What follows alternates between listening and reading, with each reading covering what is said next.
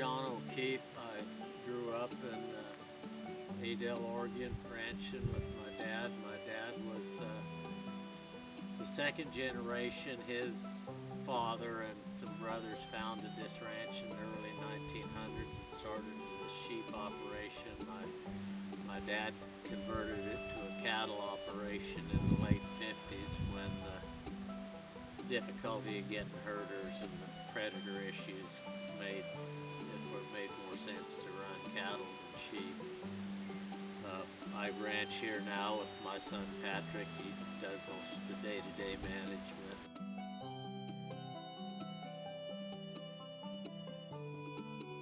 A word you hear a lot now is sustainability, and I want to be real clear, that's a nebulous term that gets kicked around a lot, but if you graze right, it is sustainable.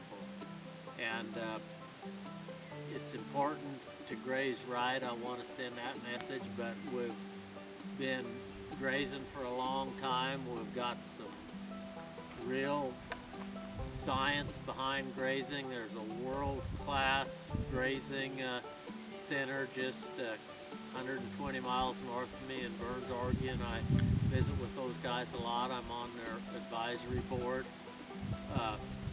Grazing is an excellent tool. Probably the most obvious benefit is the fire issues.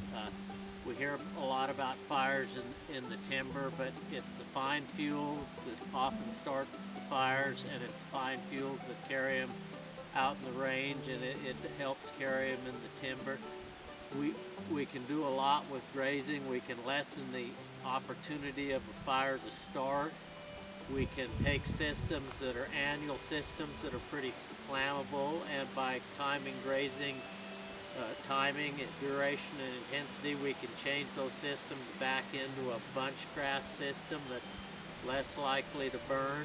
If one starts, there'll be less mortality, less die-off of the bunch grass plants because there won't be all the dead vegetation in the center of the plant to create heat. That's what eventually kills the plant. These grazed plants will survive these fires. Ungrazed ones often won't.